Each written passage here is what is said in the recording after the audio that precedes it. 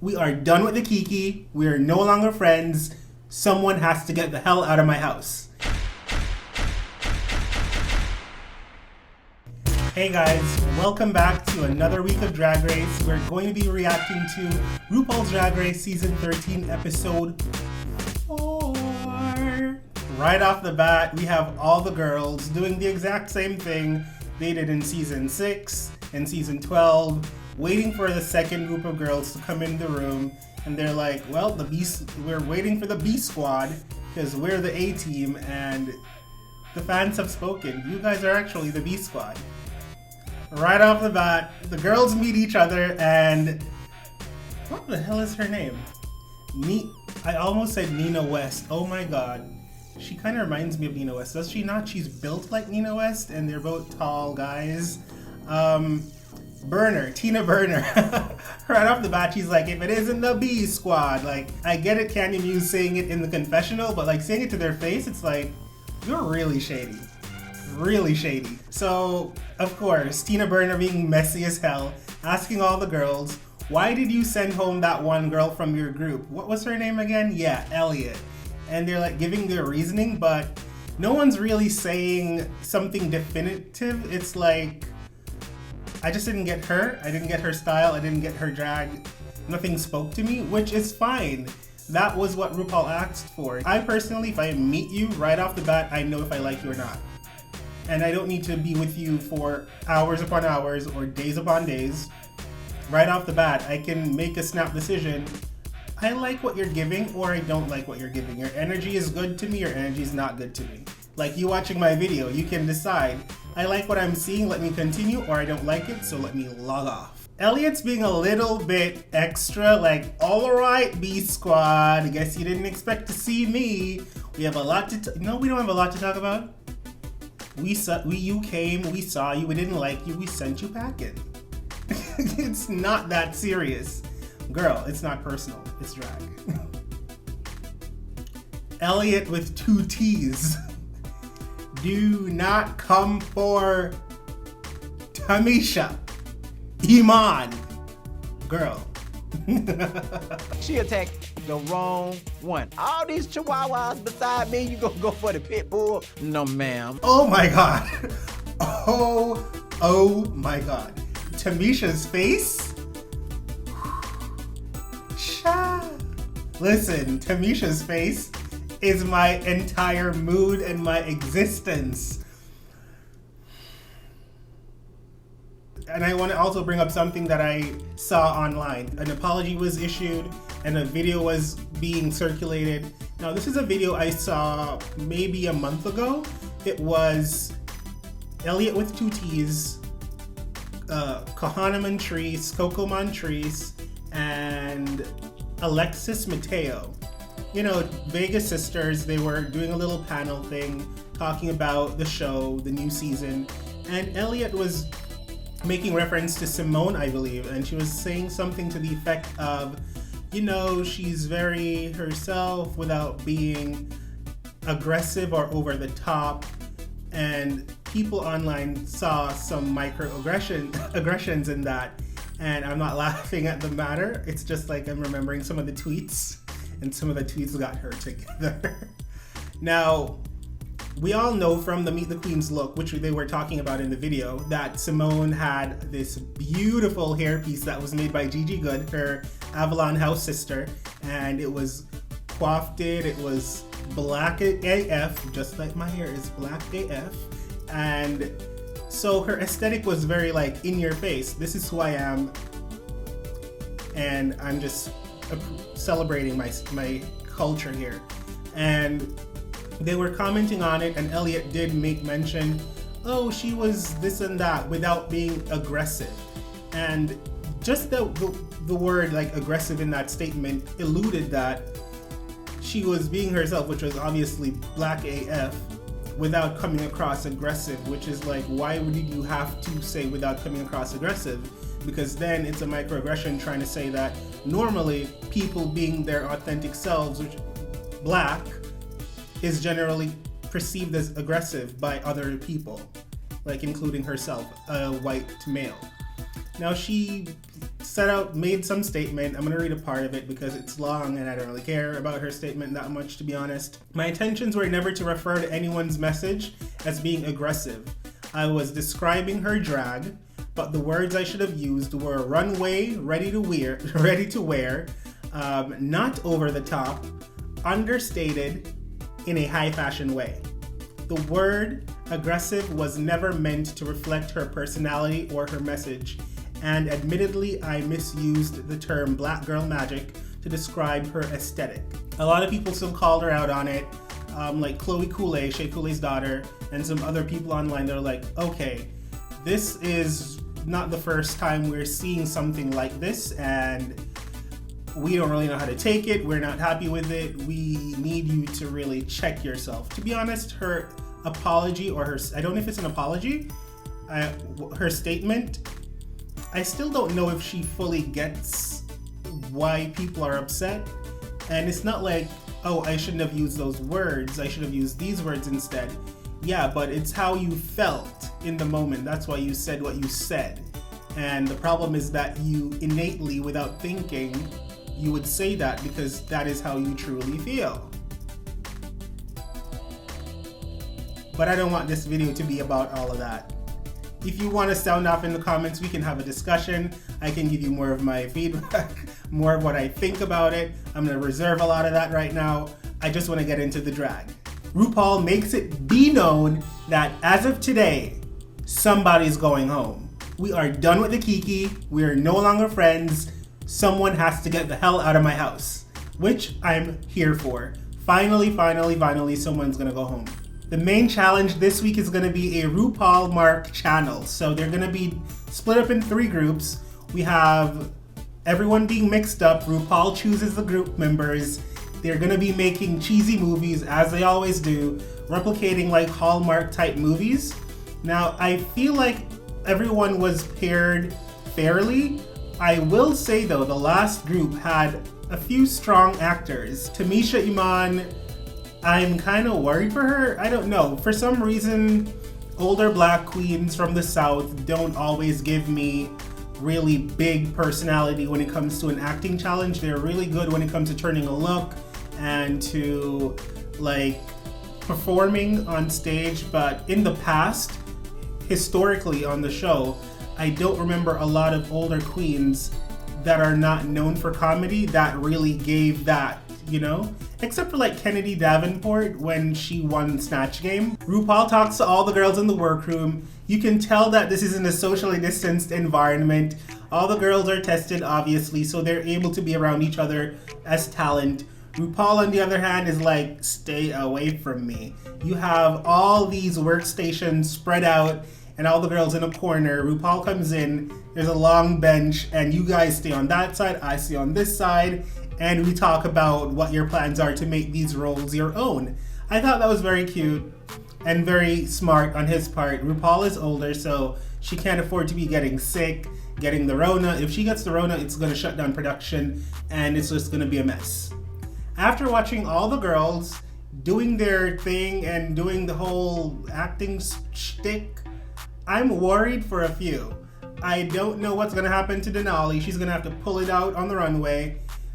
Kamora Hall, you better pick out your best drag tonight because, girl, you're in the bottom. Who else? There was some people were just like doing trash. Talk about it in the comments. You were watching, you know who was bad.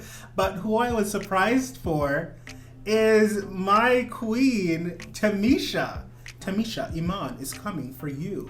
I loved it. She did a great job. She surprised me. Lala Ree, her daughter. Yes, you're probably in the bottom too. Yeah. Okay, this is such a heartwarming story. Simone is telling the girls her first time in drag. She was in high school. This was her prom. And she went in, that's so nice. A lot of queer folk don't have that experience. And especially for, I don't know how old she is, but she's obviously in her 20s. I know a lot of people in their 20s and they didn't have that type of experience growing up as a queer person. So that's really cool. She went to her prom in drag and her principal They were all supportive. They were like, come on in, live your best life. You are still Reggie to us. Whatever you choose, whoever you choose to be, like, it's all good. We still love you. So sweet. I remember Tamisha telling the first group of girls in the Pork Chop Loading Dock, their episode, that she had biological kids. But the youngest is 33, oldest 35. Tamisha is like 49. She was having them babies young. She was slinging it. Like, all right, Tamisha. RuPaul looks stunning. She does rock a red hair very well. Like, I remember her in AJ and the Queen, and she wore mostly red. And yeah, she was amazing in that. I love her in red hair. Category is trains on the runway. Denali.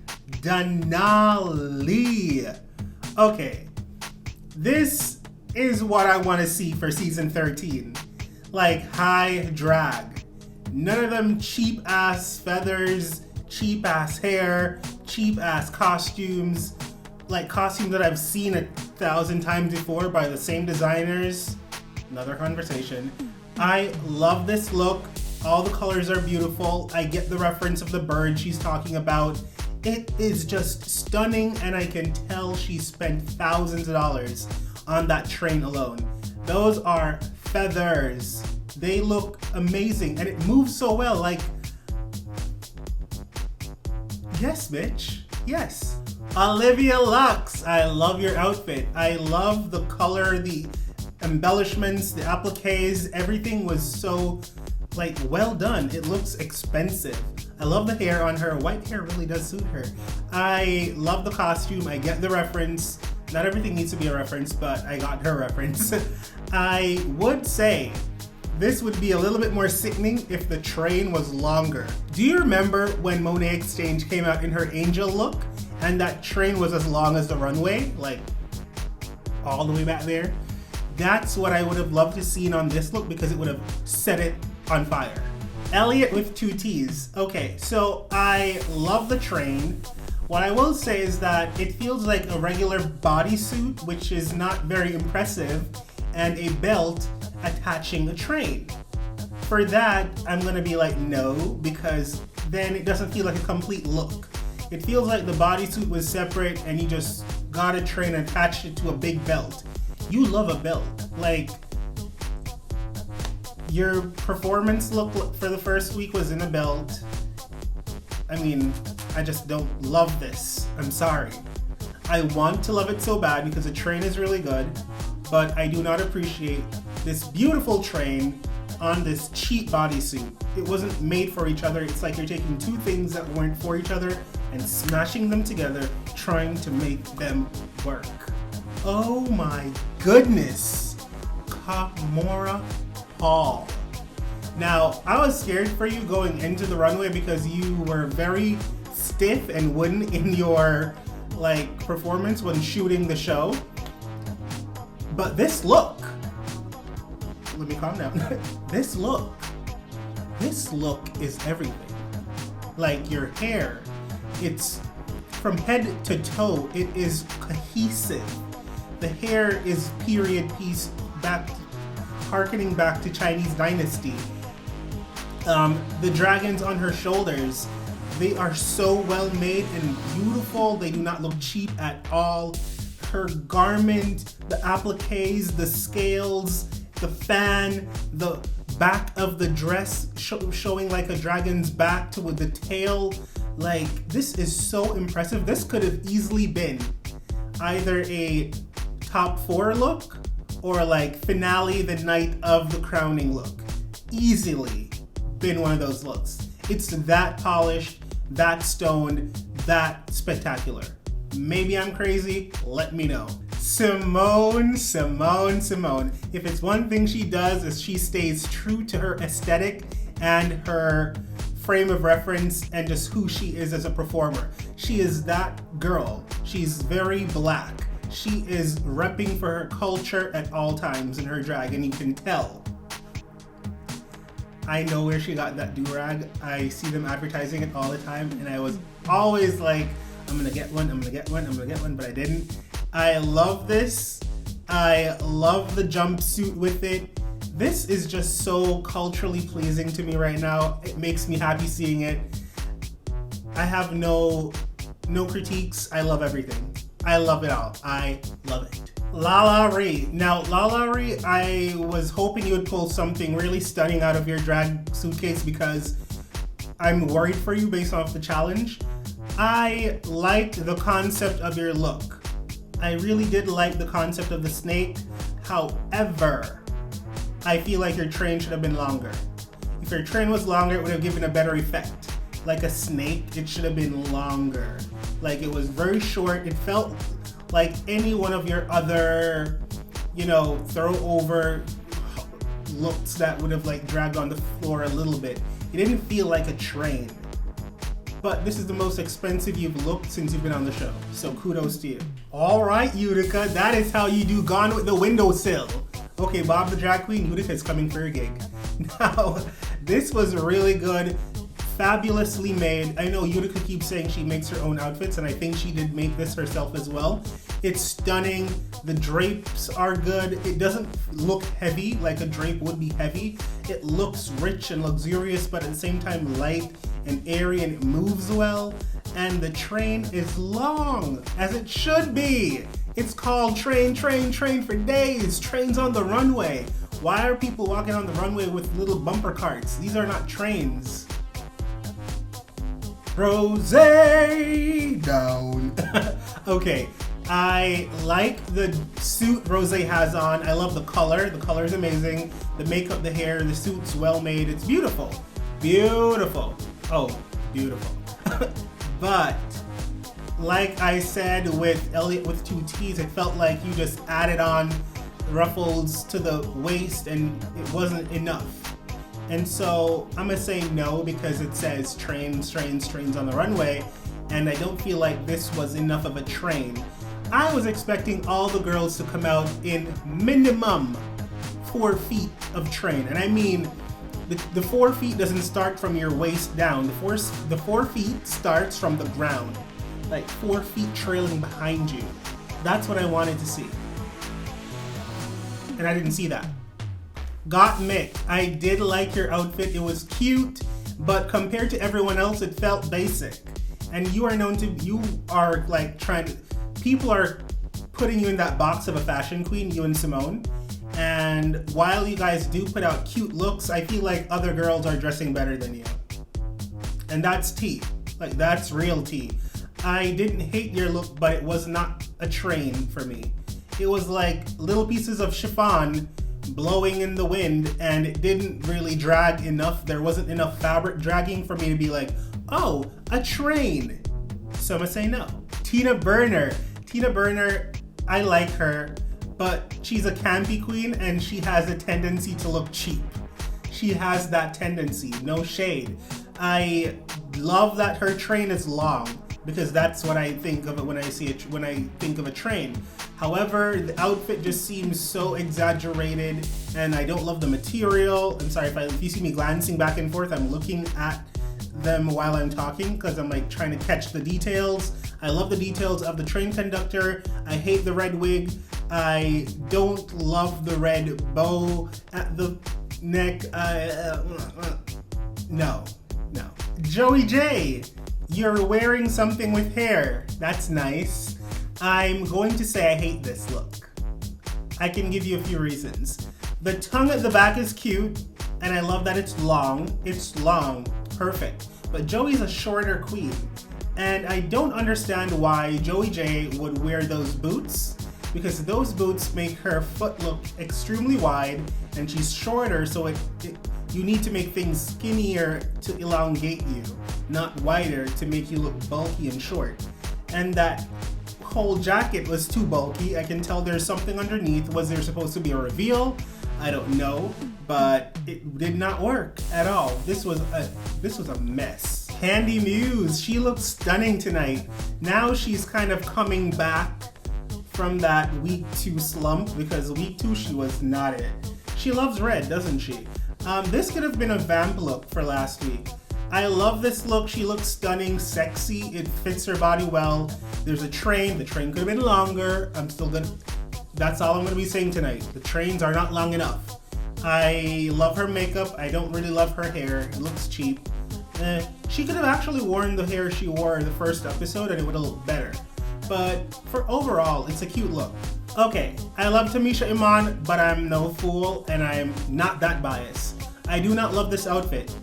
I don't love this outfit. I don't love the fascinator. The color pink is a beautiful color on her skin, but I feel like I've seen this color on you already. Same like Candy Muse. I'm seeing her in red 3 times. I'm like, enough. Tina Burner, she was in orange and yellow all the time. But we were like, enough. I don't want to see her Tamisha in pink anymore. At least that same shade of pink. I feel like the dress, the suit, I don't feel like it looks expensive enough, and I don't know if I love the fact that her train is see-through, and there's just not enough drama. Even the ruffles at the side, it's just not enough. It's just so thin. I'm not happy with this. But I think she'll be okay because she slayed from the session with Ross Matthews. She slayed her main challenge, so she should be safe. Oh my God, they brought back Jeffrey Boyer Chapman to the show. Like Canada. Wow. Jeffrey, I'm happy to see him on the show. So Jeffrey was the surprise prince for every girl in their Hallmark show. I really love that. That was really cute. Let's see. Who are my tops and my bottoms? My winner is Simone. Simone won this week. Hands down. I don't see who else RuPaul could choose. I feel like who will be lip syncing? Although their runways were 2 of the best runways, Denali and Kimora, I really feel like they're gonna be lip syncing because Lala Ree was not that bad in the challenge and her outfit on the runway was pretty decent. And when you have Candy Muse, though her performance was good, her runway was really questionable and it needed tweaking. I don't think those 2 girls were bad enough to actually go into the lip sync for your life category. So my picks are Kimora and Denali, and depending on the song, more than likely this is Kimora's last night. So I predicted right again, call me Mr. Cleo. Denali and Kimora Hall will be lip syncing for their lives, and Simone won. I mean, it's fair. Guys, it's fair for who RuPaul picked to be in the top and bottom. There were some other girls that were like in the safe group that I was like, I didn't really love your performance or your runway. But at the end of the day, this is what it is, and it's not like crazy odd for them to be in the bottom. Denali took she took the lead role, and she did not do a great job at it. Kimora was really stiff, like it was a struggle bus to get her to say her lines. Although they both have the best runways tonight, like hands down. I feel like those 2 are the best runways. I enjoyed this lip sync performance thoroughly. Denali was having fun. She was dancing the house down boots. Kimora, I felt really bad for her because her gown was just so ornate, big, beautiful, heavy, and she couldn't do a lot with it. So it was like she knew she was just gonna have to bow out gracefully. But Denali deserved to stay, and as RuPaul said, I does pity the fool who have to lip sync against you. Like, she's that good. Next week we got a bag ball, and some people still don't know how to sew. Work. Thank you guys so much for watching. That's it for this week's reaction. Don't forget to like, comment, subscribe, share if you care. And until next time, bye. Hey beautiful humans, I have so much more content. Come on, watch my shit.